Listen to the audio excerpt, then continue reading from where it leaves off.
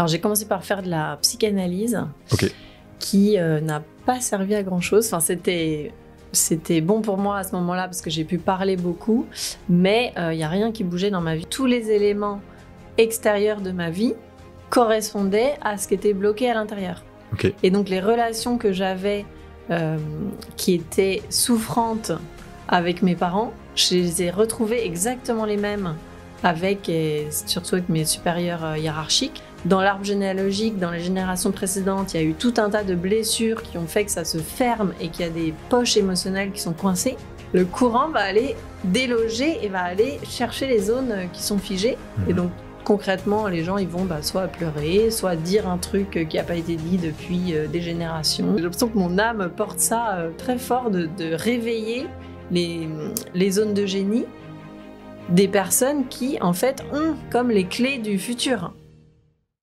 Et salut, bienvenue sur le podcast de Roots. Je m'appelle Alexandre. Et si je te propose ce programme, c'est parce que je me suis rendu compte en tant que patient, mais aussi en tant qu'infirmier, que la prise en compte de la partie sensible, les émotions et toutes ces choses qu'on voit pas forcément, ont un très fort impact sur la santé mentale et indirectement sur la santé au global.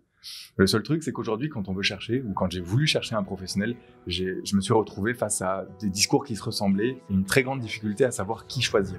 Alors je prends le parti, avec ce podcast, de te faire rencontrer les professionnels à travers ce qu'ils ont vécu de facile, mais aussi de douloureux, pour que tu comprennes ce qu'ils ont changé pour eux et ce qu'ils peuvent t'aider à changer dans ta vie.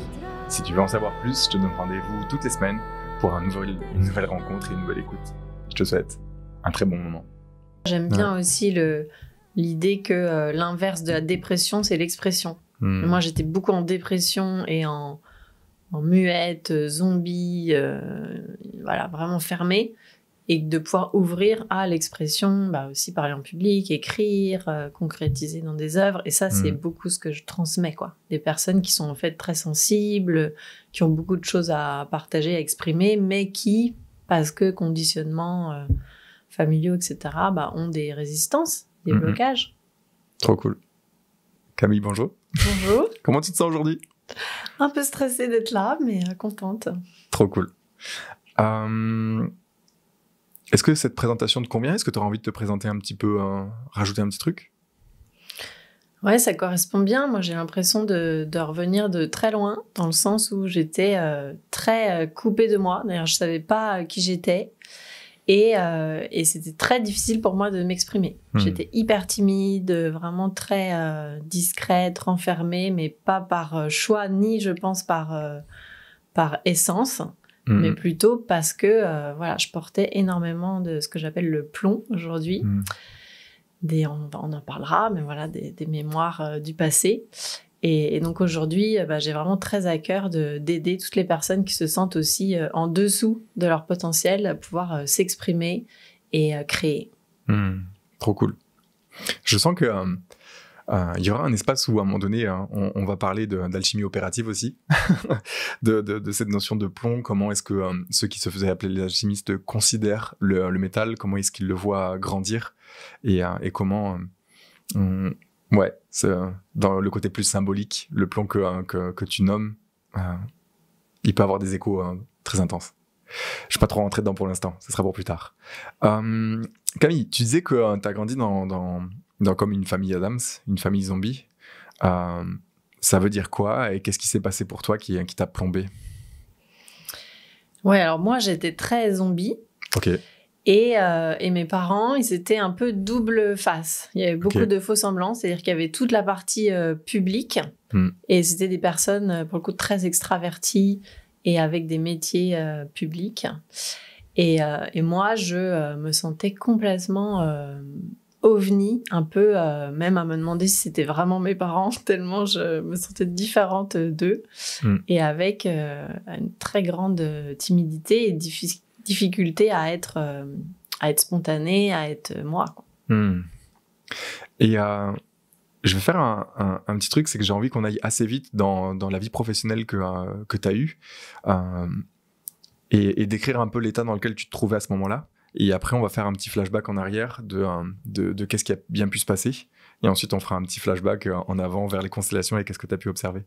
Donc, comment ça s'est exprimé dans ta vie de jeune adulte et qui est probablement ce que vivent encore nos auditeurs aujourd'hui là ?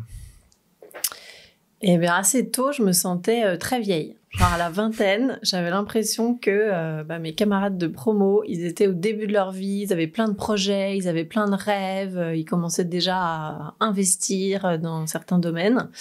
Et moi, j'avais l'impression d'être au bout, comme à la fin d'un marathon, et d'avoir plus du tout d'énergie.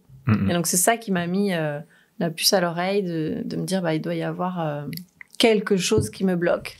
Ouais. Donc c'est là que j'ai commencé à enquêter. Ok. Et par ailleurs, depuis l'adolescence, j'étais passionnée par le cinéma. Parce que le cinéma, c'était un des seuls domaines qui m'a réveillée.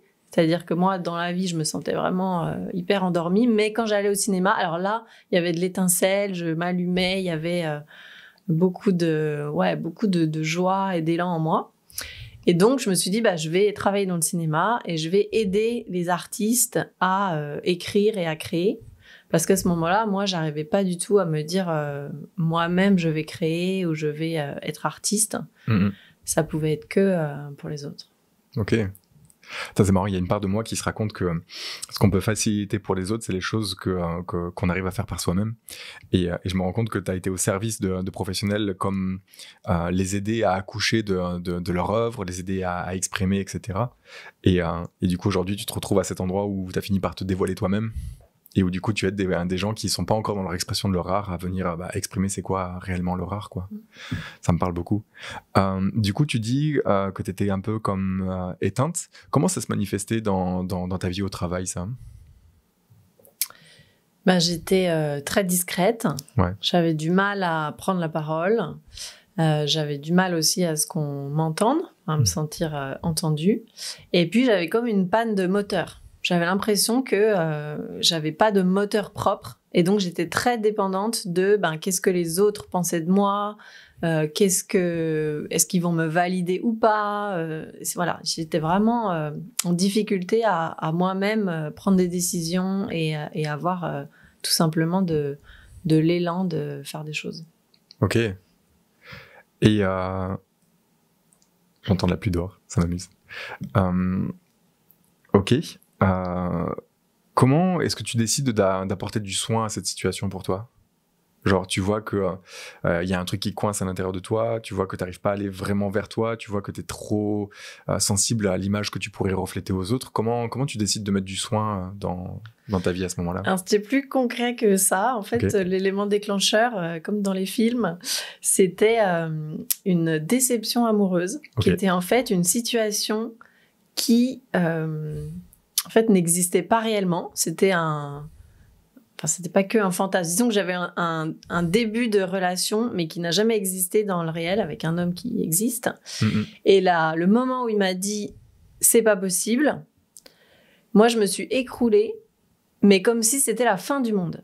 Et là, il y a une part de moi qui a quand même eu la présence d'esprit de se dire « c'est pas normal ». Alors là, il me manque des racines. Je voyais que, cet homme, il m'avait rien promis. Enfin, il y avait aucune raison de s'écrouler.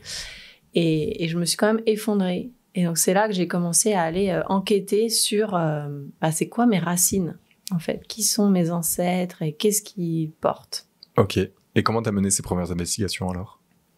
Alors, j'ai commencé par faire de la psychanalyse qui n'a pas servi à grand-chose. Enfin, c'était bon pour moi à ce moment-là parce que j'ai pu parler beaucoup, mais il n'y a rien qui bougeait dans ma vie et j'avais toujours pas de moteur et je me sentais toujours éteinte. Ouais. Et c'est une prof de yoga qui m'a parlé des constellations familiales en premier, en me disant « vous êtes un peu cérébral, ce serait bien de faire quelque chose qui est plus dans le corps, plus dans les émotions. » Et effectivement, à l'époque, j'avais fini mon bac plus 7, j'étais bien dans ma tête, mais il n'y a rien qui se passait dans mon corps. Et donc, je découvre les constellations familiales, un groupe que je connaissais pas, des praticiens que je connaissais pas. Et ça a été la révélation directe. Ok. Donc, en gros, tu commences par ce que tout le monde entend dire au début, quelque chose de plutôt psy. Ça fait du bien parce que tu peux parler, mais par contre, tu vois une limite dans le sens où ça fait peut-être du bien, mais ça te fait pas avancer vraiment. Et du coup, il y a un truc qui passe par le corps. Et là, ça te trigger. C'est quoi les premières choses que tu vas vivre dans la constellation où tu vas dire « Waouh, c'est fait pour moi ce truc-là » ? Bah déjà, tout de suite, il y a eu un grand soulagement parce que c'était donc un groupe d'adultes qui étaient au premier abord très sérieux et qui très vite, quand ils sont rentrés dans la constellation, ont eu énormément d'émotions. Ok. Et moi, et je pense que ça a ramené l'adolescente qui justement avait des parents très dans la représentation et il y avait très peu d'émotions authentiques. Et là, quand je les ai vus pleurer, exprimer des choses qu'ils avaient jamais dit à leurs parents, qu'ils avaient jamais dit à leurs ancêtres, moi, ça m'a bouleversée. C'était comme du théâtre pour de vrai. Il y avait quelque chose de très authentique, extrêmement touchant. Ouais. Et donc, j'ai commencé par observer les autres et par beaucoup pleurer. Et déjà ça m'a fait du bien. Ok. Et du coup, c'était des scènes qui concernaient? C'était des scènes qui te concernaient pas? C'était quoi? Bah, c'est ça la beauté, la magie des constellations, c'était que à la fois complètement des inconnus, donc non, ça me concernait pas, et en même temps, ils avaient les mêmes blessures que moi et les mêmes besoins fondamentaux de dire, d'être entendu, de pouvoir sentir du lien là où le lien avait été coupé. Et ça, c'était très, très réparateur. Ok. Donc, en gros, il y a enfin des émotions qui passent à travers toi. C'est comme si même des gens sérieux pouvaient se lâcher. Et donc, du coup, ça t'autorise? Il y a quelque chose comme ça? Ouais, il y a un côté fonte des glaces, quoi. Je me rends compte que je suis comme un bloc de glace ou de béton et que ça commence à se fissurer et que les larmes me font du bien et permettent de détendre cette armure et de faire fondre le plomb pour pouvoir ressentir et pour pouvoir récupérer le fameux élan vital qui était en fait coincé en dessous. Et très vite, dès le premier week-end de constellation, j'ai retrouvé énormément d'énergie. J'étais mais où elle était avant, quoi. Et en fait, elle était comme figée sous toutes ces carapaces. Ok. Donc, en gros, tu es en train de dire que ton énergie vitale, ce qui faisait ce qui te manquait au final, c'était pas disparu, c'était juste enseveli.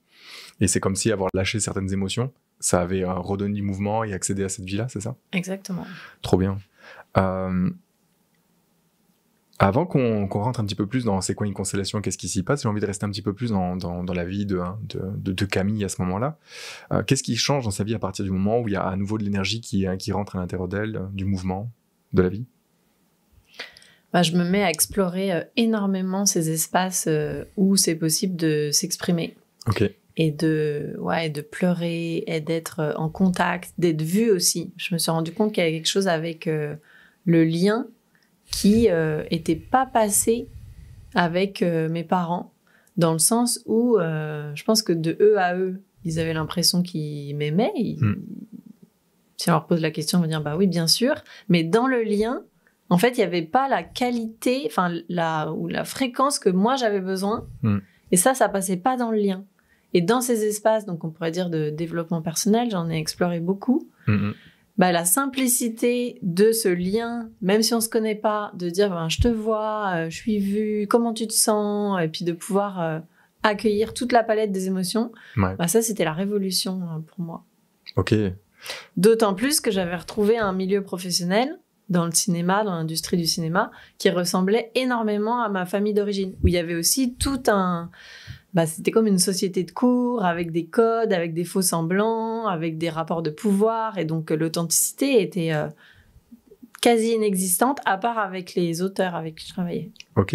Et du coup, est-ce qu'il y a un parallèle entre la façon dont tu as vécu ta vie avec tes parents et comment ça se répète quelque part dans la vie professionnelle? Est-ce qu'il y a un parallèle? Est-ce que les gens qui observent ce podcast, à un moment donné, ils peuvent faire un parallèle aussi? Ce serait lequel? Carrément. C'est même vertigineux. Et je le vois très souvent chez les personnes que j'accompagne aussi en ce moment.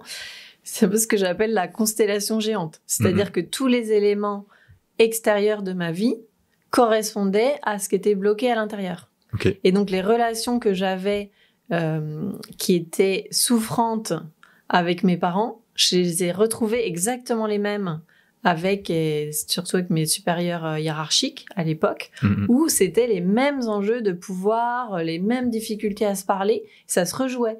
Comme si, un peu comme aussi un jeu vidéo, autant que moi, j'ai pas craqué le code ou compris quel était le déblocage, et ça se rejoue, et ça se répète, et ça se répète. Et je me souviens, à un moment, je me disais, je pourrais juste démissionner, changer de travail. Et je sentais que c'était pas pertinent, qu'en fait, j'allais retrouver exactement la même situation. De fait, j'ai changé 3 fois. Et les 3 fois, j'ai eu la même relation avec la hiérarchie. Mhm. Et tout ça se jouait à l'intérieur de moi. Et là où c'est subtil, c'est que c'était plus du tout mes parents, en fait, d'aujourd'hui ou quand j'avais 25 ans. Mhm. Mais c'était ce que j'avais vécu plutôt dans la petite enfance. Okay. Et c'est ça qui jouait dans l'inconscient et qui se répétait. Et la constellation m'a permis d'aller le voir et de le changer. Et là, hop, ça s'est ouvert et j'ai pu changer de métier. Ok. Donc ça veut dire que là, il y a des gens qui sont probablement en train de vivre des conflits ou des situations qu'ils vivent comme désagréables, qui seraient comme un écho de quelque chose qu'ils auraient vécu plus tôt dans leur vie. Et qu'en apportant des réponses à ça, notamment à travers la constellation, ils peuvent changer ce qui se passe dans leur vie aujourd'hui. Carrément. Et moi, j'ai même souvent la sensation que c'est des appels à l'aide de part de soi qui reproduisent des scènes. Et c'est aussi très flagrant dans la vie amoureuse. Par exemple, d'aller chercher le même type de partenaire pas disponible. Mm-hmm. Et comme ça m'est arrivé pendant un certain temps, des parts de moi qui appellent et qui me disent « Mais regarde, en fait, c'est évidemment moi qui ai les solutions et qui peut apporter l'amour qui a manqué. Mais inconsciemment, je vais aller rejouer dans la vie professionnelle, dans la vie sentimentale, des situations où... moi, j'ai beaucoup eu le distributeur vide. C'est-à-dire que j'investis dans la relation, mais en fait, c'est pas dispo, il n'y a rien qui revient. Ouais. Et qu'en fait, ça, c'était un câblage très ancien, non seulement de mon enfance, mais aussi beaucoup des générations précédentes. Ok. Je sens qu'il y a plein de parts de moi qui auraient envie d'aller jeter un coup d'œil dans qu'est-ce qui se passe dans les constellations. Mais je sens que j'ai envie de donner du corps encore à cette histoire et au changement que t'as pu vivre. Et par la suite, aller jeter un coup d'œil dans qu'est-ce que c'est qu'une constellation, qu'est-ce qui s'y passe. Tu dis que dans ton activité salariale, il y avait les mêmes conflits qui se rejouaient et donc du coup que par la constellation ça a bougé. Qu'est-ce qui a bougé dans la relation professionnelle? Qu'est-ce qui s'est passé en constellation peut-être qui a fait bouger ta vie professionnelle derrière? Si c'est ok de le prendre comme ça. Hein. Je réfléchis parce qu'il y a eu tellement de dossiers. Ok. Moi, j'ai fait 10 ans de constellation. Ouais. Donc, il y a vraiment plusieurs... et si je simplifie, il y a la blessure de la mère et la blessure du père. Ok. Et dans les 2 cas, moi, il y avait des questions d'emprise et d'abus de pouvoir. Ok. Mais qui se jouaient un peu différemment. Mm-hmm. Et donc, dans la relation professionnelle... Alors, heureusement, c'était pas comme on peut voir, j'ai pas vécu de harcèlement et tout ça, c'était un peu plus subtil. Mais intérieurement, je me sentais très enfermée et j'avais une grande difficulté à exprimer ma vérité.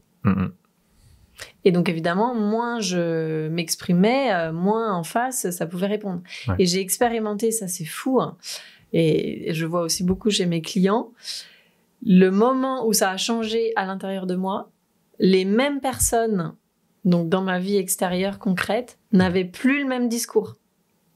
Donc c'est pas tant, et c'est beaucoup produit, c'est pas dans la relation que j'ai libéré, c'est en faisant le travail en moi et en me donnant moi-même ce dont j'avais besoin, et de la reconnaissance, de la légitimité, et de la validation et de l'amour. Ouais. En face, ça a réagi complètement différemment. Ouais. Ça, c'est précieux pour moi ce que tu es en train de dire.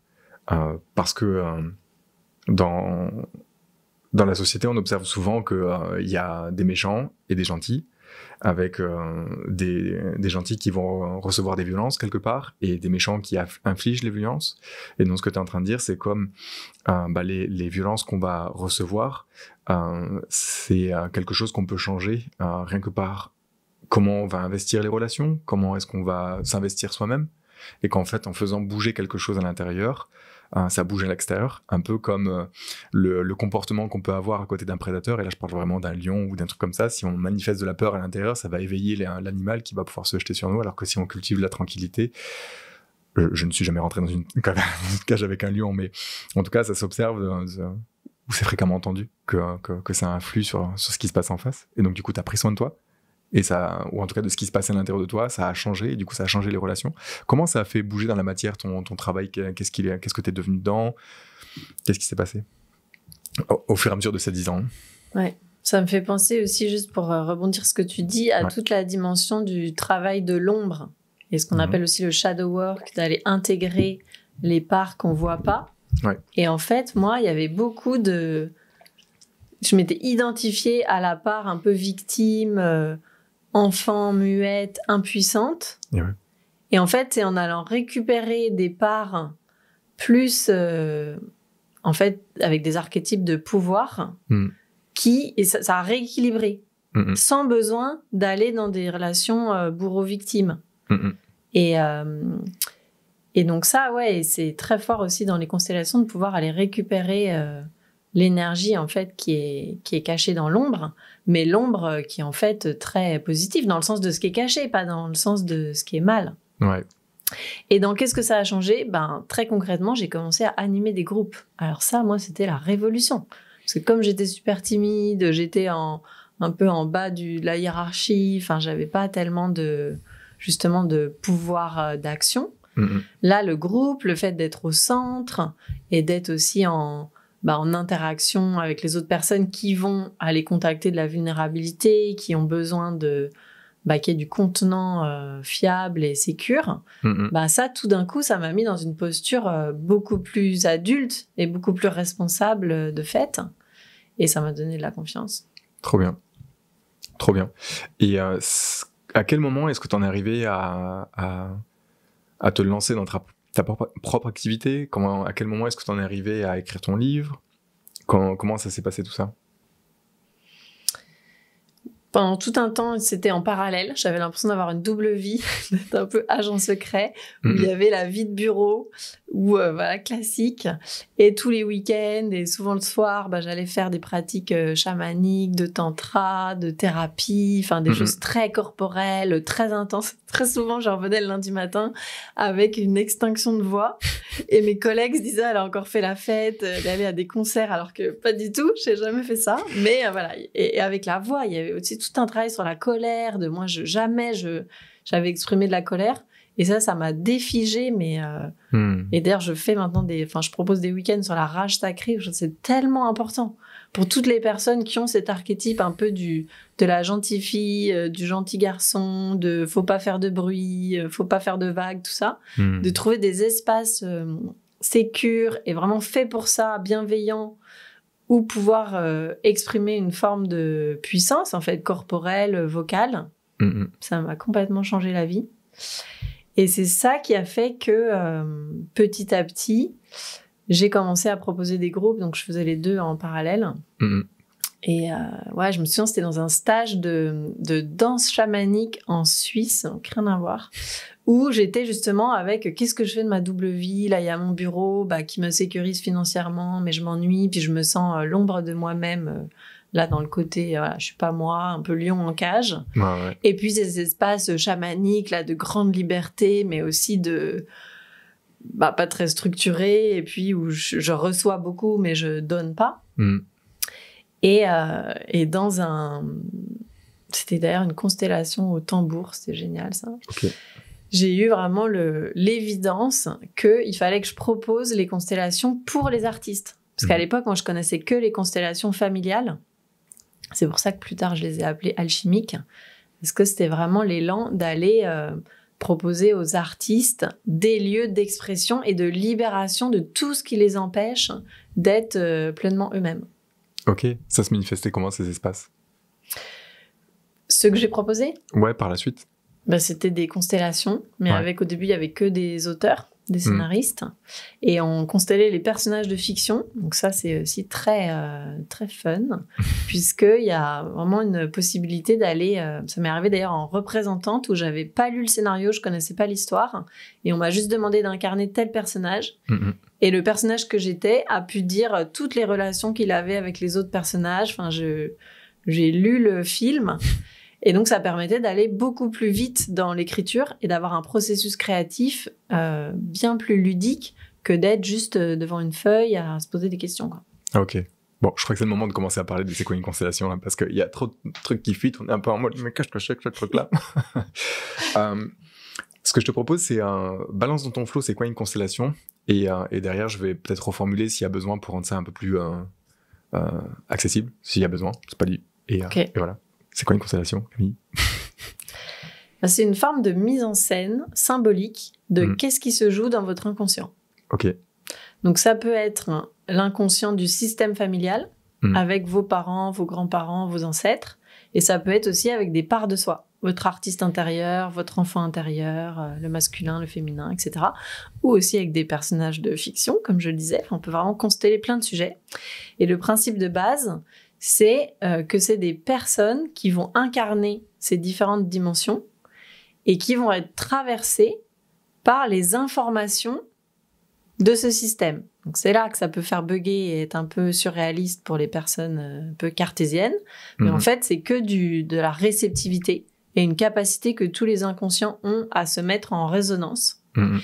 Et ce qui permet ça, c'est le cadre, tout simplement. Le fait qu'il y ait de la clarté sur pourquoi on le fait, dans quelle intention, et que les personnes se sentent suffisamment en confiance et aussi avec leur libre arbitre de pouvoir choisir ou pas de vivre l'expérience. Pour moi, c'est super important et qu'il n'y ait pas ce côté c'est de l'hypnose ou vous allez être possédé par un truc. Pas du tout. Chacun reste vraiment soi-même et autorise en fait cette circulation d'informations qui peut tout simplement passer par des sensations, des émotions, des ressentis, très souvent en lien avec les relations. C'est-à-dire, si vous incarnez une grand-mère et qu'il y a le grand-père à côté, vous allez tout de suite sentir, est-ce que j'ai envie d'aller vers lui? Est-ce qu'il y a de la colère? Voilà, c'est de cet ordre-là. Et après, c'est la personne qui guide, qui va pouvoir un peu aller plus loin, creuser, poser des questions. Et ça donne accès, donc ça peut donner accès à des réponses, je mets des guillemets parce que là aussi il y a une vigilance à avoir, c'est toujours il y a une forme de subjectivité, mais c'est pas tant les réponses qui sont intéressantes, c'est d'aller libérer les émotions qui sont coincées. Okay. Et c'est exactement ça, moi, qui m'a permis de défiger et de faire fondre les glaces, c'est qu'il y avait tellement de trucs coincés depuis des générations, et qu'il est possible, là aussi moi j'ai halluciné parce que je ne savais pas que c'était possible, qu'il est possible d'aller ressentir les émotions, donc non seulement les vôtres, celles de vos parents, de vos ancêtres, en fait toutes celles qui sont stockées à l'intérieur de soi inconsciemment, et c'est ça qui fait que ça libère et ça permet de passer à autre chose. Ok. Donc là tu parles d'un groupe qui se réunit, et donc du coup tour à tour les membres du groupe vont avoir l'opportunité de vivre des expériences qui sont pas forcément les leurs, mais qui sont comme en reflet de quelque chose qui appartient au système qui est joué. Donc du coup, ça sous-entend qu'il y a comme une personne qui vient regarder son système, c'est ça? Oui, et c'est aussi pour ça, moi je travaille avec des thèmes, par exemple sur la zone de génie. Donc ça rassemble tout un groupe, ils sont tous là pour travailler sur leur zone de génie, qu'est-ce qui bloque cette expression. Et donc la personne qui va être au centre et qui va vivre sa constellation, elle va non seulement travailler pour elle et voir où est-ce qu'elle est bloquée, pourquoi, et pouvoir s'en libérer. Et elle va aussi en écho faire des miroirs à toutes les personnes présentes. Et c'est ce que j'appelle le soin collectif, qu'en fait tout le monde va bénéficier des transmissions qui sont pas, encore une fois, pas du tout que intellectuelles, mais surtout sur le plan corporel, émotionnel, et c'est là que ça transmute. Ouais, ça me parle de ouf pour deux raisons, ce que tu es en train de dire. La première, c'est que mon mental, il est très fort. Genre, tu vas me raconter une histoire, mais il raconte une autre histoire depuis très longtemps, donc en fait, ça va bugger. Mais par contre, quand je ressens des choses dans mon corps, c'est tellement vrai, parce que j'en fais l'expérience dans mon corps, que mon mental, il a plus sa place. Et j'entends qu'à travers la constellation, on parle pas au mental, c'est le corps qui exprime. Et donc, du coup, ça permet de chanter tout ça. On y reviendra d'ailleurs plus tard dans le podcast. À toi qui écoutes ce podcast, je veux te dire que je vais te raconter une histoire de ce que j'ai vécu en constellation. Et peut-être que toi aussi, Camille, tu auras des choses à partager qui m'ont permis de me rendre compte à quel point il y a quelque chose qui est réel. Je ne sais pas l'expliquer, c'est un peu bizarre, mais force est de reconnaître que l'expérience était vraie. Et pas pour moi, mais pour la personne qui était en train de vivre quelque chose. Et j'ai entendu des choses que j'étais pas supposé entendre, ou je savais des choses que j'étais pas supposé savoir. Mais on y reviendra. La deuxième chose que tu dis, et que je trouve précieux, c'est que aujourd'hui, dans tout ce qui est développement personnel, bien-être, on est tellement habitué à avoir un infirmier qui voit un infirmier, on est tellement habitué à avoir un psy qui voit un psy, qu'en fait, on sait pas se rendre compte que si on parle des outils, on ne permet pas à la personne de se rendre compte de c'est quoi le sujet. Et le fait que toi, tu sois positionné sur cette question de la zone de génie, le fait que tu sois positionné sur cette question, pour l'avoir vécu, en plus de... je vois bien que j'ai quelque chose à accomplir, mais je suis cantonné à un rôle de salarié, où en plus je vis des jeux de pouvoir, où je suis même pas à mon endroit à moi, où je subis des trucs, alors que je sens que j'ai quelque chose à apporter. Et du coup, c'est ça que tu facilites, tu vois, à travers la constellation, renouer avec cette énergie qui était là, et qui est comme ensevelie dans d'autres choses. Et donc, du coup, a priori, les émotions, et remettre du mouvement. Du coup, tu es spécialisé là-dedans. Je me suis égaré dans ma phrase. Ouais, j'ai envie de préciser parce que souvent la vision de la constellation familiale, c'est ça va être tourné vers le passé pour aller libérer ce qu'il y a besoin, pour aller guérir. Et donc oui, ça en fait partie. Mais je trouve que c'est encore plus intéressant d'aller voir en fait le futur de qu'est-ce que vous voulez. Qu'est-ce que vous voulez incarner, c'est quoi le potentiel et c'est quoi les forces de création en vous. Et plus on oriente, je trouve, vers le désir, en fait, qu'est-ce que vous voulez vivre et incarner, plus ça va de fait aller chercher les dossiers potentiels qui sont coincés dans le passé, mais surtout, on va être concentré sur comme télécharger, concrétiser ces forces qui sont en vous. Ouais. Et donc, c'est là que ça accélère énormément. Et j'ai l'impression que aujourd'hui, collectivement, on en est là, quoi, que il y a eu plein de méthodes pour aller guérir le passé, mais qu'il y a un enjeu, et surtout chez les entrepreneurs, chez les artistes, chez les créateurs au sens large, de comment mettre au monde les nouvelles créations, les nouvelles technologies, les nouvelles façons de vivre ensemble. Et moi, je sens, parce que j'ai l'impression que mon âme porte ça très fort, de réveiller les zones de génie des personnes qui, en fait, ont comme les clés du futur, mais qui a un enjeu à les descendre dans le corps, dans le concret et dans les projets. Et la constellation permet d'accélérer le processus. Et donc, non seulement il y a la personne qui est au centre qui va vivre des guérisons et des accélérations, mais aussi tout le groupe. Et donc, c'est là que ça devient très intéressant de réunir des collectifs de créateurs parce que tout le monde va avancer. Et ça nous sort aussi du vieux paradigme de la rivalité, de la compétition, de la concurrence, des jeux d'ego qu'il y a tellement aussi dans les milieux artistiques. Là, c'est la personne au centre, elle va en fait rayonner et être vecteur, être catalyseur pour l'ensemble du groupe. Et ça, moi, je sens que ça me met tellement en joie, puis ça répare aussi l'enfant qui était tellement isolé, qui n'arrivait pas à être en lien. Là, le groupe nourrit tout le monde. Ouais, ça me parle. Je sais pas pourquoi j'ai l'élan de parler de ça, mais ça nous ferait repartir un petit peu en arrière. C'est pas grave. C'est mon podcast, c'est moi qui choisis, ok. Quand tu parles de cet enfant, je trouve qu'il y a comme un antagonisme, il y a comme une ombre et une lumière, tu vois, quelque part, où je me rappelle dans la préparation de ce podcast, où tu me parles de ce moment où tu passes sur scène. Est-ce que c'est ok de parler de ça, et où en fait t'es pleinement dans les projecteurs et il se passe quelque chose qui te fait vriller dans l'ombre. Est-ce que tu peux nous raconter cette scène? Oui, j'ai participé à une pièce de théâtre professionnelle quand j'étais enfant. C'était de mes 10 à 11 ans. Et donc, à la fois, c'était un cadeau, puisque j'étais la seule à vivre ça, c'était vraiment exceptionnel. Donc, j'avais l'occasion de faire des représentations, j'en ai fait une 30aine. Enfin, il y avait un côté un peu... pas enfant star, ça veut rien dire, mais en tout cas, j'étais comme les grands, quoi. J'étais sur scène et on me donnait un statut, etc. Et même artistiquement, j'ai senti que il y avait vraiment une fibre qui se réveillait à l'intérieur de moi. J'avais demandé à chanter parce qu'il y avait du chant dans la pièce. Et donc, à la fin, je chantais seule devant des centaines de spectateurs. Et j'adorais ça. Et à un moment, ça a été trop.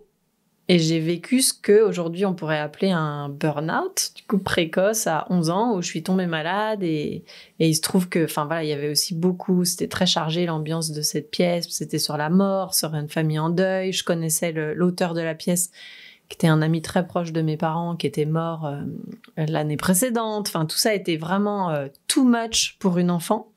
Et donc j'ai saturé. Et c'est là que je suis devenue extrêmement timide pendant des années. Et donc, c'est une expérience à la fois initiatique, aujourd'hui je pourrais dire ça, mais pleine de plomb parce que l'enfant, ça a été traumatisant pour l'enfant. Et en même temps, ça m'a ouvert sur le champ du collectif et même, moi aussi d'aujourd'hui, du transpersonnel. Parce que j'ai senti que là, quand j'étais sur scène, j'étais vraiment dans une dimension du sacré, de ce que racontait la pièce. Enfin, il y avait une dimension en plus nationale. On a fait une tournée, etc. Et d'ailleurs, le metteur en scène aujourd'hui est directeur du Châtelet. Enfin voilà, il y avait un vrai truc d'ampleur. Et en même temps, j'ai été tuée dans l'œuf, quoi. Et je pense que ça a été très central dans ma construction, à la fois d'avoir goûté à l'aspiration profonde de je veux être sur scène et je veux œuvrer pour le collectif et je veux parler en grand. Ça m'émeut quand je dis ça. Et en même temps, d'être complètement terrifiée et de pas comprendre qu'est-ce qui m'arrive. Et à l'époque, comme un trauma, j'ai fait une amnésie traumatique. Ça fait court-circuit, il n'y a plus personne. Et je pense que ça m'amène aussi aujourd'hui à la fois à être très, très en empathie avec les personnes qui ont des aspirations comme ça de création, pour qui c'est super important, et qui ont en même temps une grande sensibilité et qui ont besoin d'écouter leur propre rythme. Et il s'agit surtout pas d'aller au court-circuit ou que ce soit trop, quoi. Et donc, je suis très à l'écoute, à la fois pour moi et pour les personnes que j'accompagne, de comment trouver le juste dosage et que ça soit leur essence qui soit aux commandes et au centre et de pas imposer un truc de l'extérieur. Ok. Et du coup, cet événement, il a été comme...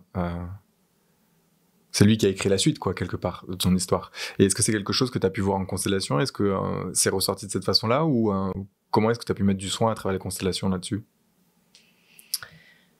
Pas directement. Alors, j'ai aussi fait 15 ans de thérapie. Donc, voilà, il y a tout un chemin. Et cet épisode-là, je ne l'ai pas spécialement traité en constellation.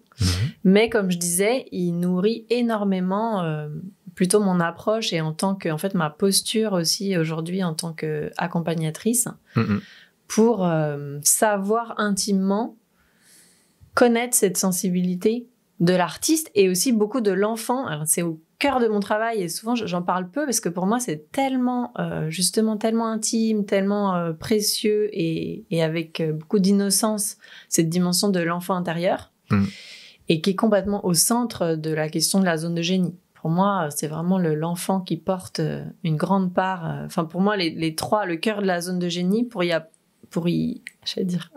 approcher, c'est l'enfant et le yin et le yang, le masculin et le féminin. L'enfant étant en lien avec le cœur de l'être, même, je pourrais dire avec la divinité, hein, ça parle pas à tout le monde, mais en tout cas avec l'essence, avec l'être profond.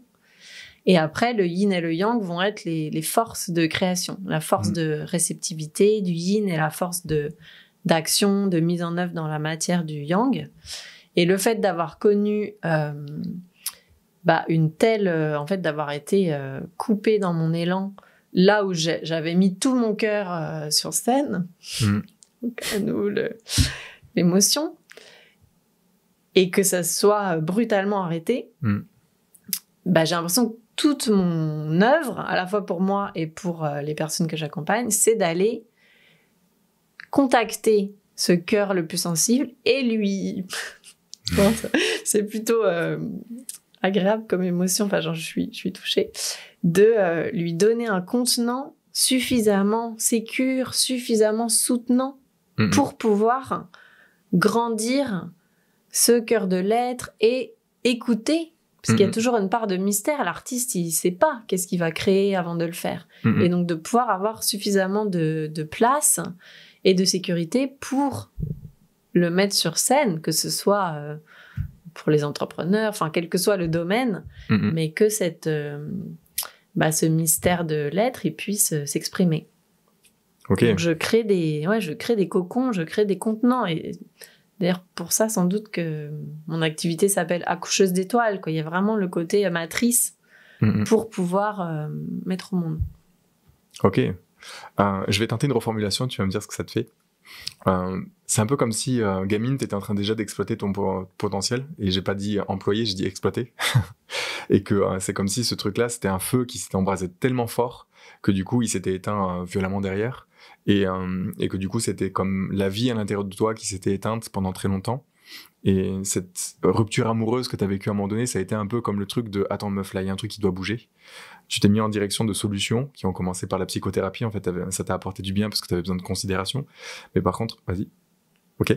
Mais par contre, il manquait quelque chose qui te permette d'avancer et ça devait pas être mental, ça devait être ailleurs. Tu sentais qu'il y avait un intérêt par le corps, tu rencontres la constellation et là, tu sais pas expliquer pourquoi, mais il y a des émotions qui enfin te traversent et tu sens qu'il y a comme une respiration qui se refait à l'intérieur et il y a à nouveau de la vie, il y a à nouveau de l'énergie, etc. Et à force de mener ce travail de constellation, ce travail d'enquête sur qu'est-ce que je porte à l'intérieur de moi, il y a quelque chose qui te permet de renouer avec cette énergie qui était la tienne quand tu étais enfant, quelque part.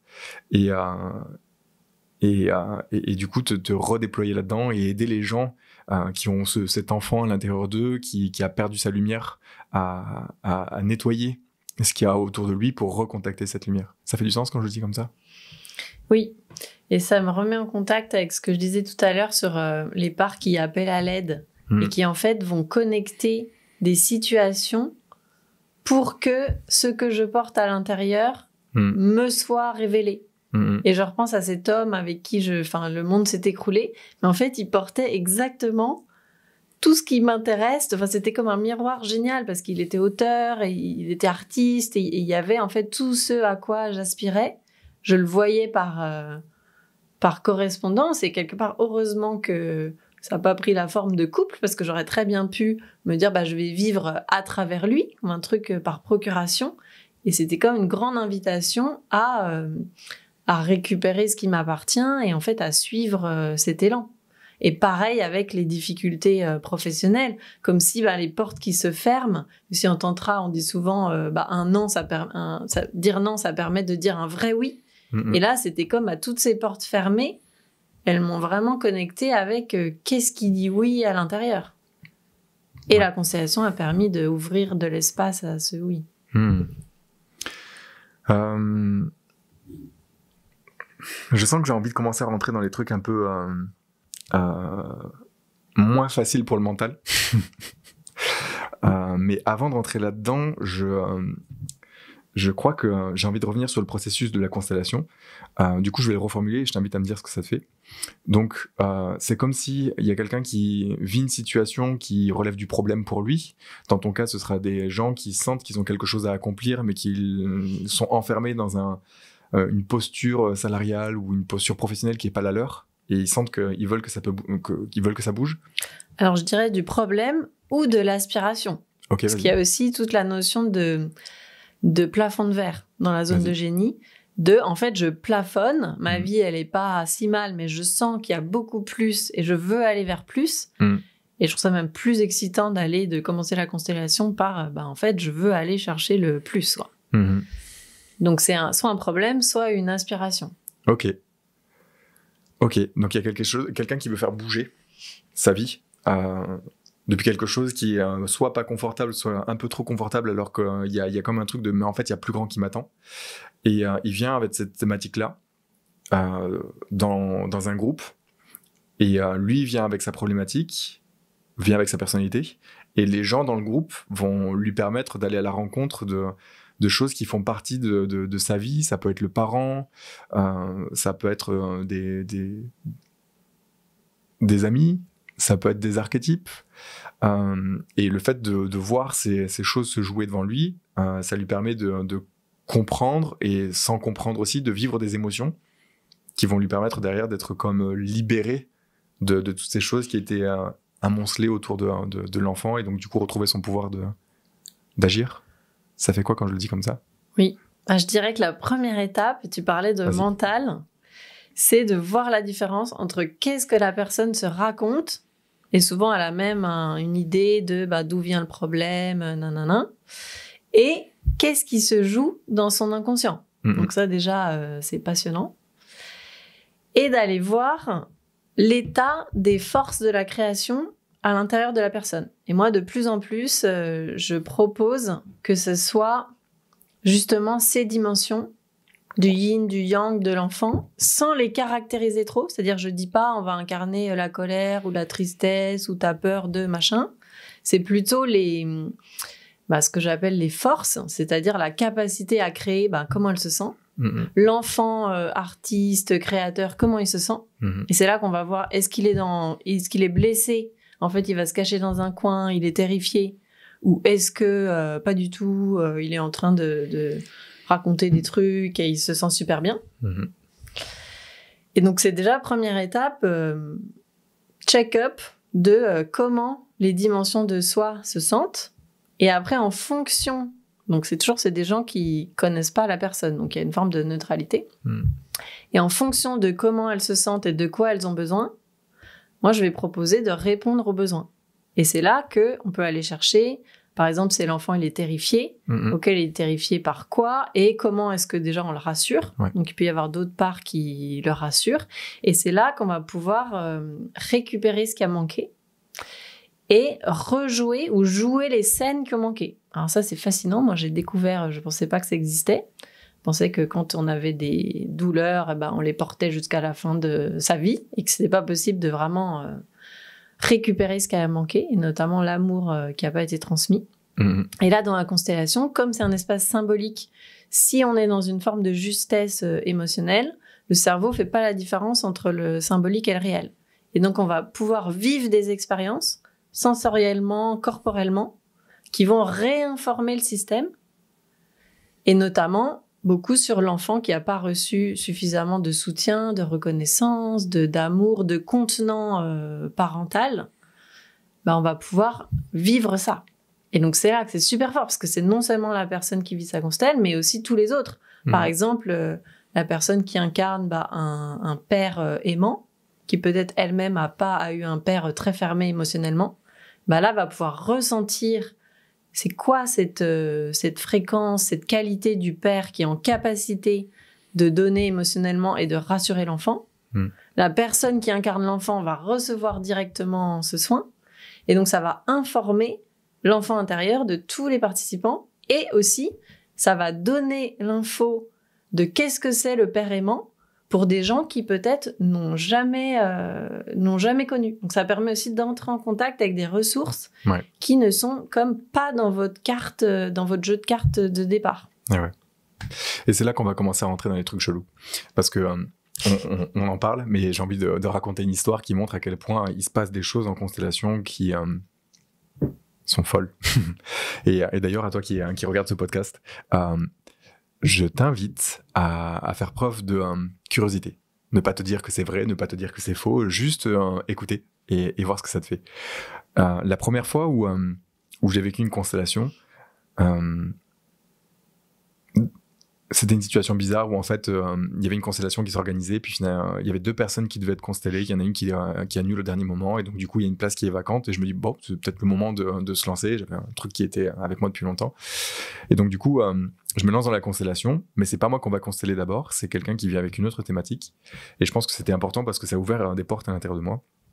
Notamment parce que la personne me dit rentre dans la scène entre guillemets et prends ta place, et je ne sais pas à ce moment-là qui je suis, et pour mon mental c'est une bonne chose, même si je sais que c'est pas ton mode de fonctionnement à toi. On y reviendra après d'ailleurs, et en fait dès que je rentre à l'intérieur, je me sens bizarre, je me sens comme un poids sur la poitrine, comme fatigué, comme pas bien vraiment, mais sans être capable de mettre des mots dessus. Et il y a des gens qui rentrent et je commence à appréhender, à sentir des trucs à l'intérieur de moi par rapport aux gens qui rentrent. Certains que j'aime, certains que j'aime pas, certains qui me donnent envie de leur gueuler dessus, même de les taper. J'ai envie de les taper, ils me saoulent. Et en fait, je me dis, waouh, je suis en train de jouer plein de trucs là, on va se calmer. À un moment donné, il jette un coussin et j'ai envie de le prendre et de m'asseoir dessus. Plus tard, j'apprendrai que c'était sa maison. Il y a un moment qui est extrêmement fort parce qu'il y a la personne qui est constellée, qui prend la parole, et à l'intérieur de moi, il y a des mots d'une tendresse. Enfin, c'est même pas des mots, c'est je sens qu'il y a quelque chose qui se passe à l'intérieur de moi et je sens que j'ai envie de le dire parce que c'est comme si cette sensation me faisait entendre quelque chose, et ça dit un truc comme « Mais qu'est-ce que t'es belle, ma fille ?» Et à l'intérieur de moi, je me dis, mais waouh, c'est tellement fort. Est-ce qu'il faut que je le dise, ça? Enfin, il faut que j'en parle ou pas? Donc, du coup, je demande à la personne qui dit, vas-y. Et une fois que je lâche ces mots-là, il me dit, mais t'as tout à fait compris. Alors que moi, j'avais rien compris. Il me dit, t'es son père. Sauf qu'en fait, moi, je comprenais pas que j'étais son père. Je sentais un truc à l'intérieur. Et il y a un moment donné où je n'arrivais pas à savoir si c'est moi qui me racontais des trucs, parce qu'il y avait toujours mon mental qui comprenait pas. Un moment fort, il jette un plaid au milieu. Je sens que j'ai envie de le prendre et de le mettre sur mes épaules. Mais j'y vais pas parce que je me dis, vas-y Alexandre, calme-toi, ça va. Et là, la personne qui est à côté de moi se lève, prend le plaid et le met sur mes épaules. Et plus tard, la définition de ce truc-là, c'était la culpabilité. Et si je me sentais pas bien au début, c'est parce que c'était une personne qui avait un cancer. Et j'ai senti la vie partir de lui dans la constellation. Enfin, j'ai senti plein de trucs. Mon mental ne comprend pas. Mais j'ai vécu les choses à l'intérieur de moi. Et en soutien de ce que tu disais plus tard, c'est pas un truc de mental. Et il y a un truc qui se passe dans les constellations qui fait qu'il y a un truc qui s'ouvre. Et c'est juste des sensations dans le corps. Et ouais, je sais pas comment dire, c'est juste, c'est vivant, quoi, ça se vit. C'est comment pour toi, ce que je viens de dire là? Moi, je trouve qu'il fait un petit peu peur, cet exemple. Parce que j'ai l'impression à t'entendre que, enfin voilà, t'as été vraiment... il y avait beaucoup d'inconnus et t'étais traversé par des choses, t'avais pas le mode d'emploi et tout ça. Ouais. Et donc, effectivement, moi, je travaille pas tout à fait comme ça. Et j'ai envie, du coup, en miroir, de raconter une autre expérience en tant que participant dans une constellation, qui était, et en écho avec ce que je disais, de pouvoir connecter une dimension qui était inconnue de moi, Camille, à cette époque-là. Mm-hmm. Et c'était la proposition, donc c'était une femme qui était constellée, et je me souviens plus exactement de ce qu'elle avait demandé, mais en tout cas, ce qu'on m'a demandé d'incarner, c'était la version d'elle extatique. Et moi, à ce moment-là, je savais même pas ce que ça voulait dire, donc enfin, je comprenais que c'était dans une forme de plaisir d'être, et donc c'était une femme qui avait vécu, je crois, des violences. Enfin, il y avait une difficulté à être dans son corps et à être avec son féminin. Donc je réfléchis pas, je dis ok, je veux bien, donc on me donne le rôle. Et là, je me retrouve dans des sensations physiques, mais de bien-être au-delà de ce que moi j'avais jamais ressenti en tant que Camille. Et je me souviens que c'était même un peu gênant parce que le fait de ressentir autant de plaisir en public, en face des autres. Alors, c'était pas directement du plaisir sexuel, mais il y avait un côté, c'était encore mieux que ça. C'était vraiment tout mon corps qui était dans une forme d'osmose et de bien-être et d'émerveillement avec tout. Je me sentais complètement connectée. D'ailleurs, après, je l'ai vécu dans des cérémonies chamaniques, mais c'était genre, je me sens connectée aux plantes, je suis complètement... Et les autres parlaient, avaient des problèmes d'humains, les autres personnages de la constellation, et moi, j'étais tout ça ne me concerne plus, quoi. Je suis complètement émerveillée. Et voilà, exemple de, là, Camille, à ce moment-là, moi, je n'avais jamais connu ça. Et ça m'a informée de, c'est possible. Si c'est possible pour cette femme, ça doit être possible pour moi. Et effectivement, quelques années après, j'ai vécu ce type d'état et maintenant, c'est genre normal. Mm-hmm. Donc voilà, pour contrebalancer un peu, ça peut aussi être sympa les rôles, quoi. Ouais, grave. Et d'ailleurs, tu viens de dire un truc qui est super important, c'est que pour toi, ça crée pas assez de sécurité. Et je crois que le but pour moi avec le podcast, c'est de montrer comment créer de la sécurité dans ce genre d'espace, parce que dès que ça commence à devenir un peu touchy, je veux dire, que ce soit dans il faut croire en quoi ou quoi que ce soit, je pense que c'est super important de respecter ce qui fait peur. Et de façon à faciliter l'accès à ces espaces-là. Du coup, comment est-ce que toi, tu crées de la sécurité? Comment est-ce que tu facilites ces espaces pour que les gens se sentent bien? Ouais, merci de la question. C'est très important pour moi. Donc, j'essaye le maximum de donner les clés et les cartes en main aux personnes qui participent. Et notamment, donc... l'essentiel, c'est le cadre, que ce soit bien clair pour tout le monde et qu'ils connaissent les règles du jeu. Et aussi qu'ils puissent être à tout moment maîtres d'eux-mêmes et dans une forme de souveraineté et de libre arbitre. C'est-à-dire de ne pas se laisser emmener ou se laisser submerger par un rôle qui ne leur conviendrait pas. Et donc, pour ce faire, donc les principes de base, c'est la confidentialité, pour que les gens se sentent à l'aise pour partager ce qui est intime. Le fait qu'il n'y ait pas de contact sans consentement verbal préalable, c'est-à-dire si quelqu'un a envie de toucher la main, le bras de quelqu'un d'autre, il faut le dire avant. Donc comme ça, c'est à la fois la personne et aussi le personnage qui peuvent ajuster. Et donc, ça va aussi dans le sens de ce que je disais tout à l'heure, de quand on récupère des dimensions qui ont manqué, c'est très important de bien ajuster le contact corporel. Et la dernière chose que j'ai rajoutée, c'est que je donne la télécommande à tous les participants, dans le sens où ils peuvent arrêter la constellation, la mettre en pause à tout moment. Pour, si à un moment donné, c'est trop pour eux, quelle que soit la raison, ils puissent mettre pause. Et si un participant met pause, tous les autres arrêtent ce qu'on est en train de faire. Et moi, je suis dispo pour échanger, respirer, répondre aux besoins du moment.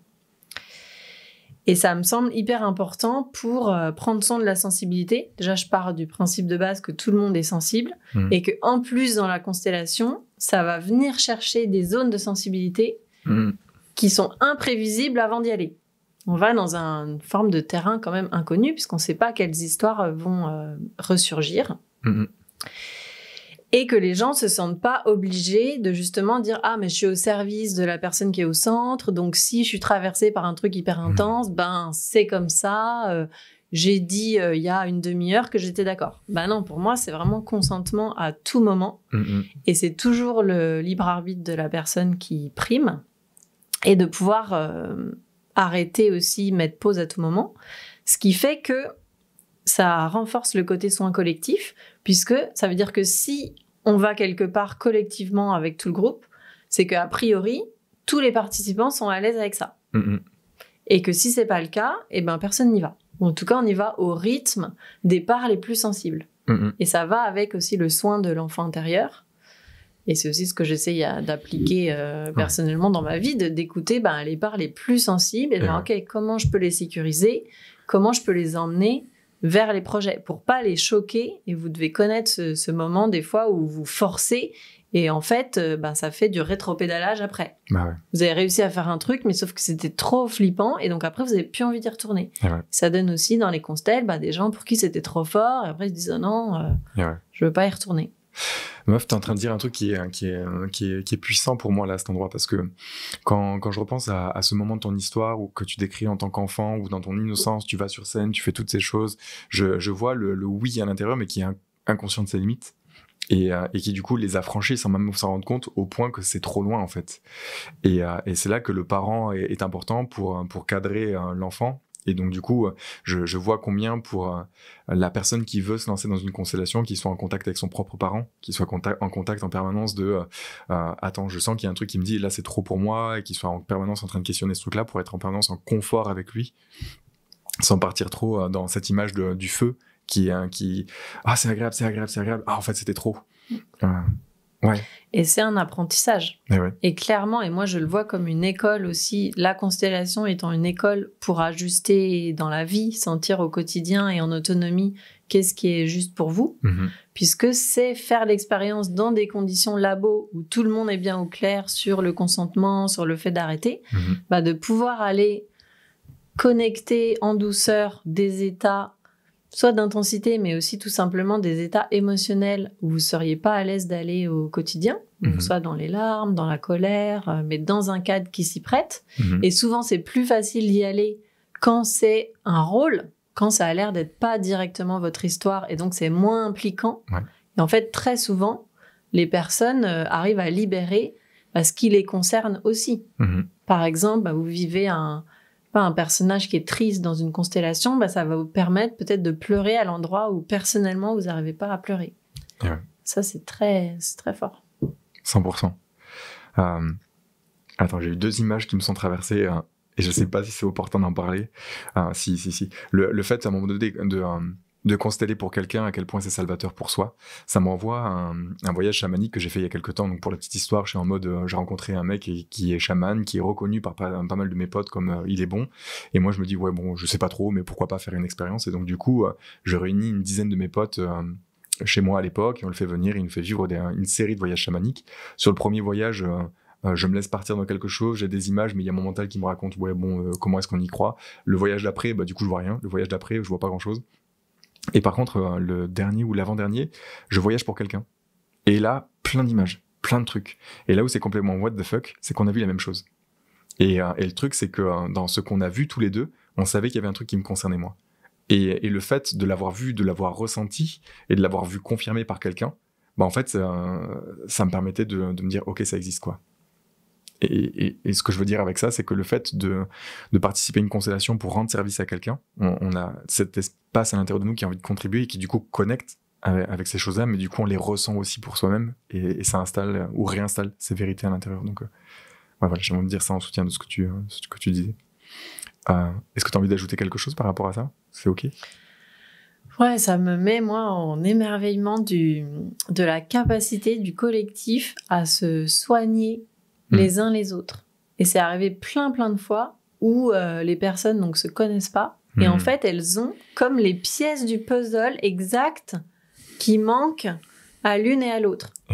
Et ça peut être par exemple, je me souviens une fois c'était une histoire d'argent, il y avait une faillite dans la famille et donc il y a une personne qui incarne le grand-père qui a fait faillite et après elle dit mais en fait il m'est arrivé exactement la même chose dans ma famille et donc les deux s'étaient donné vraiment le code des fois c'est le code de sortie, c'est-à-dire qu'il y a quelqu'un qui a vécu la solution et qui va pouvoir, et c'est là que c'est vertigineux sur j'appelle ça les fréquences, donc comme les fréquences radio, quoi, le fait d'avoir vécu une expérience, par exemple de réparation, je sais pas, de retrouvailles avec un amour disparu, enfin voilà, comme une scène de film où c'est la scène de réparation, et la personne qui a vécu ça, elle va pouvoir l'offrir, mais vibratoirement, ça passe pas du tout par la tête, parce qu'elle l'a vécu, elle va pouvoir l'offrir à toutes les personnes qui en ont besoin, et les autres vont pouvoir l'intégrer.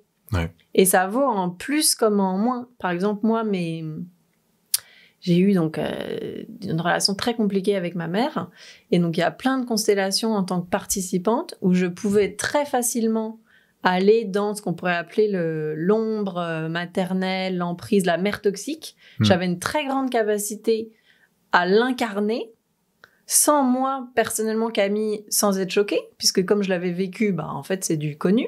C'est comme si le personnage, il est en moi, donc je peux mettre au service le personnage, alors que plein d'autres personnes qui auraient eu, par exemple, une mère super aimante, maternante, seraient hyper choquées, dire non, je peux surtout pas dire ça, ou je pourrais pas faire ça. Et donc c'est là que c'est vertigineux aussi sur le plomb et l'or, et de décorréler ça du bien et du mal. C'est-à-dire que le plomb, il peut tout à fait être extrêmement utile à une autre personne, et ça va lui permettre de connecter son or. Donc puzzle, vraiment puzzle cosmique de chacun a les pièces de ce qui manque, quoi. Ce qui est en vide chez certains va pouvoir être rempli par ce qui est en plein chez les autres, et ça s'échange avec cette boucle du donner-recevoir. J'en parle à chaque début de constellation, je pose cette intention que toutes les personnes puissent pleinement recevoir ce dont elles ont besoin et donner sans effort ce qui est disponible dans leur système, comme dans leur bibliothèque intérieure.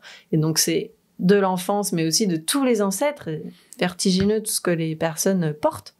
Les ancêtres plus, si on va dans le multidimensionnel, enfin voilà, il y a tout un monde qui habite en chacune. Et tout ce monde va être disponible dans la constellation, donc bien au-delà de ce que la tête peut imaginer. Et c'est là que les soins collectifs, ils vont bien plus loin et plus vite que ce que nos imaginaires ou nos cerveaux pourraient concevoir. Ça me parle tellement. Il y a une chose j'ai deux choses qui me sont venues encore. J'ai envie de nommer la première que j'ai là, c'est t'as parlé de tantra à un moment donné. On a parlé de limites, on a parlé de conscience de son consentement. Je sens un fort parallèle entre être capable d'aller visiter tantra, trouver des choses en lien avec le consentement et pouvoir le réintroduire et l'inculquer ou le transmettre en tout cas dans le cadre d'une constellation. Comment tu fais le parallèle entre ces deux univers, toi? J'ai presque du mal à pas faire le parallèle parce que pour moi c'est vraiment très très lié. Et peut-être le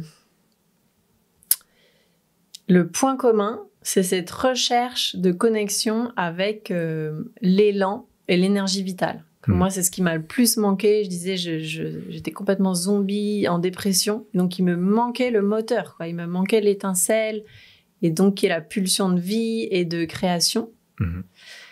Et dans le tantra, j'ai rencontré des pratiques qui permettait de rentrer en contact avec cette force et de pouvoir aussi la décorréler de la sexualité comme on l'entend traditionnellement et en gros de la génitalité et du couple et de la relation.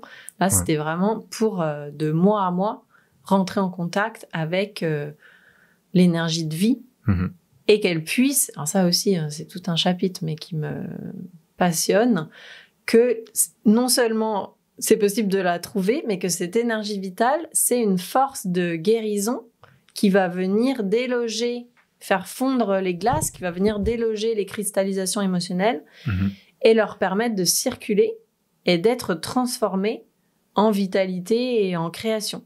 Et donc ça, pour moi, c'était juste fascinant parce que comme je trouve ça d'ailleurs hallucinant, en parenthèse, que ça soit pas plus présent dans la culture populaire au sens large, parce que donc moi j'ai vu énormément de films, j'ai lu énormément de livres, et avant mes 30 ans, aujourd'hui j'ai 38 ans, j'avais jamais entendu parler de Kundalini et d'énergie vitale et de que ça pouvait exciter une force de guérison. Je suis là, mais on nous ment, enfin pourquoi est-ce que c'est pas enseigné à l'école, quoi. Donc il y a vraiment eu ça mais en fait c'est tellement évident.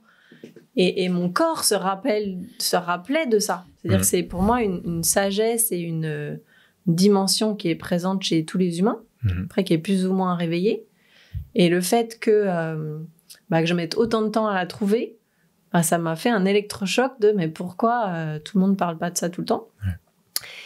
Et la constellation, il se trouve que pour moi, c'est pratique aussi de décorréler, parce que je trouve que Tantra est souvent assez associé, en tout cas dans l'imaginaire collectif, à sexualité, à pratique un peu alternative, ésotérique. Alors dans la constellation, comme le cadre est que tout le monde reste habillé, et qu'il n'y a pas du tout de notion de séduction ou tout ça, et ça permet de travailler avec l'énergie vitale de façon très libre. Et donc, dans mes espaces, c'est super présent. Et moi, c'est cette force-là qui me guide. En fait, je suis pas du tout dans la réflexion, je suis dans un côté instinctif de où est-ce que le courant de la vie veut circuler, puisque c'est bien ça l'objet. Il a été coincé dans l'arbre généalogique, dans les générations précédentes. Il y a eu tout un tas de blessures qui ont fait que ça se ferme et qu'il y a des poches émotionnelles qui sont coincées. Et le courant je fais ça parce que c'est un serpent dans la Kundalini, ça correspond bien. Le courant va aller déloger et va aller chercher les zones qui sont figées. Et donc, concrètement, les gens, ils vont soit pleurer, soit dire un truc qui n'a pas été dit depuis des générations. Et hop, ça va ouvrir des champs pour que la vitalité puisse éclore et circuler. Ça me parle tellement.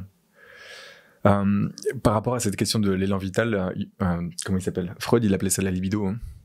Et il a beaucoup associé à la sexualité, mais quand même c'était le truc qui mettait en mouvement. Et je remarque un truc, c'est que si aujourd'hui je m'intéresse à tout ce qui est développement personnel et bien-être, alors que mon métier de base c'est plutôt tout ce qui est infirmier, c'est que je me suis rendu compte en tant que patient que la présence dont avait fait preuve un soignant avec moi m'avait beaucoup plus apporté que les soins à proprement parler. Et je me suis dit, tiens, ce qu'il a fait, c'est le métier infirmier. Du coup, je suis allé faire le métier d'infirmier. Je me suis rendu compte que l'infirmier touche à beaucoup de sphères qui vont parler de la médecine, qui vont parler du paramédical, qui vont parler de la psychologie, qui vont parler de plein de choses.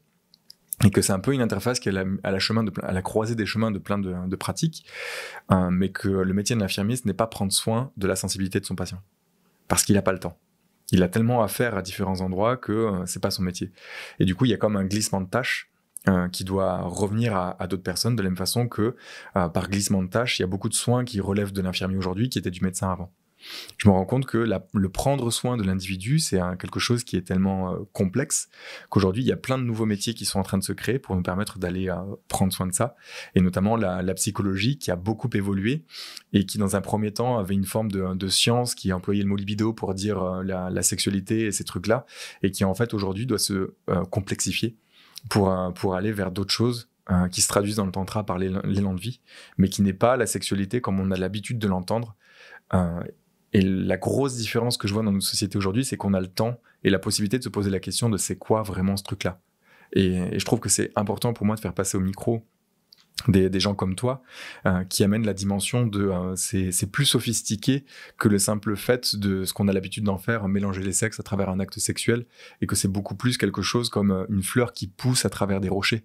C'est un élan de vie qui est présent et qui cherche à vivre. J'avais envie de dire ça, c'était important. Ça te fait quoi? Ouais, merci. Pour moi aussi, c'est hyper important. Et surtout, je m'intéresse beaucoup au lien entre cet élan vital et la créativité. Et qu'est-ce que la personne est amenée à mettre au monde, quoi. C'est quoi son essence et qu'est-ce qu'elle a envie d'offrir. Ouais. Et moi, il se trouve que dans mon parcours, les deux sont allés de pair parce que j'étais très bloquée, mais j'étais aussi très bloquée sexuellement. Et donc, j'avais une démarche thérapeutique de me dire, ok, comment je sors de là, comment je m'ouvre. Et c'est aller de pair avec le chemin de comment je m'exprime et qu'est-ce que j'ai envie de dire et qu'est-ce que j'ai envie de créer.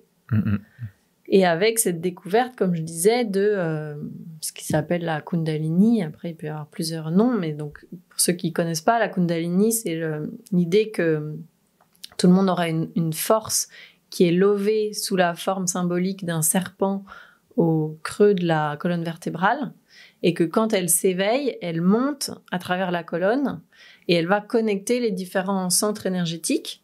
Et donc, c'est ça aussi la représentation des maîtres ascensionnés. Il y en a, par exemple, le Bouddha, il a souvent un serpent au-dessus de la tête. Donc ça, c'est le symbole que sa Kundalini est montée jusqu'en haut. Et si ça monte complètement, ça donne des êtres qui sont en état d'éveil. Voilà. Et donc après, chez les humains lambda, c'est plutôt progressif. Et donc, c'est plutôt une force qui va venir progressivement entrer en contact avec les densités, avec ce qui est figé, les libérer pour que l'être ait davantage de place à l'intérieur du corps, concrètement aussi, de pouvoir habiter son corps plus fortement et de pouvoir exprimer qui vous êtes fondamentalement. Et pas, donc c'est tout l'inverse et l'antidote de tous les conditionnements. Puisque c'est votre force vitale, quoi. Et donc moi, ça m'a fascinée parce que, oui, évidemment, le premier cran de l'échelle, c'était, je suis bloquée sexuellement, j'aimerais bien avoir des rapports sexuels plus satisfaisants. Et notamment des orgasmes. Et une fois que j'ai atteint ce palier-là, j'étais là, ok, mais so what? Enfin, c'est pas ça. Alors oui, c'est bien, c'est mieux que pas, mais je sentais que c'était pas ça, en fait, le cœur de ma recherche et que, en fait, ça me nourrissait pas fondamentalement et que il y avait bien plus vaste. Et c'est là que j'ai commencé à creuser et à faire le lien avec l'être profond. Et que ça puisse... Et c'est aussi la dimension de quand l'énergie, elle se diffuse et elle monte dans le cœur et dans les chakras supérieurs. Et c'est là que c'est en lien avec la créativité. Et que plus l'énergie se diffuse et va dans le cœur, plus après le cœur peut œuvrer, mais aussi sur un plan... concret, c'est-à-dire c'est pas une idée de j'ai le cœur ouvert, c'est ok, j'ai le cœur ouvert, vers où la vie me dirige et avec qui et comment on crée ensemble. Ça me parle. Je sens qu'on va se rapprocher de la fin de ce podcast. J'ai envie de faire un petit feedback sur tout ce qui s'est dit là. Je sens que j'ai envie de partir de là. C'est comme si enfant, il y a quelque chose qui s'est animé de l'envie de l'élan artistique de montrer, de se montrer dans son art. Et en fait, il y avait comme une inconscience de sa limite qui t'a amené vers un vide derrière. Comme si le feu avait brûlé tellement fort qu'il a fini par s'éteindre, en tout cas en très grande partie. Et c'est une séparation qui t'a fait vivre des choses qui n'étaient pas normales dans ta vie, qui t'a fait te rendre compte que là, en fait, il fallait que ça bouge. Tu pouvais pas rester mortifié, zombifié comme ça aussi longtemps, et qu'il fallait que tu contactes des solutions. Tu as été voir la psychologie, c'était cool parce que tu avais de la considération, mais ça t'apportait pas assez. Et par la suite, tu as rencontré une pratique qui laissait moins de place au mental, mais plus de place à l'expérience, et qui t'a permis de vivre ces émotions.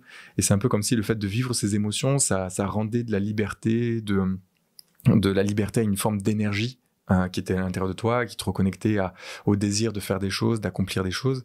Et à force de libérer les émotions, c'est cet enfant qui avait été prisonnier dans tout un tas d'émotions qu'il n'avait pas pu vivre, ou de la sécurité qu'il n'avait pas pu ressentir pour libérer ses émotions. C'est un peu comme si toutes ces étapes de constellation, ça t'avait apporté le parent à l'intérieur de prendre soin de toi, de prendre soin de cet enfant, et comme si cette énergie, elle t'avait permis de t'ouvrir au monde, dans le sens ta vie de femme, d'aller rencontrer ton plaisir de femme, ta sécurité de femme avec d'autres personnes, et du coup ta sécurité de femme avec ce que tu as à accomplir dans ta vie en tant qu'entrepreneur, en tant qu'artiste. Et diantre, tu as quand même accouché d'un livre, tu as accouché qui est juste derrière, devenez l'alchimiste de votre vie, d'un film qui permet aux gens de voir l'expérience, et vous aurez les liens dans la description de ce podcast.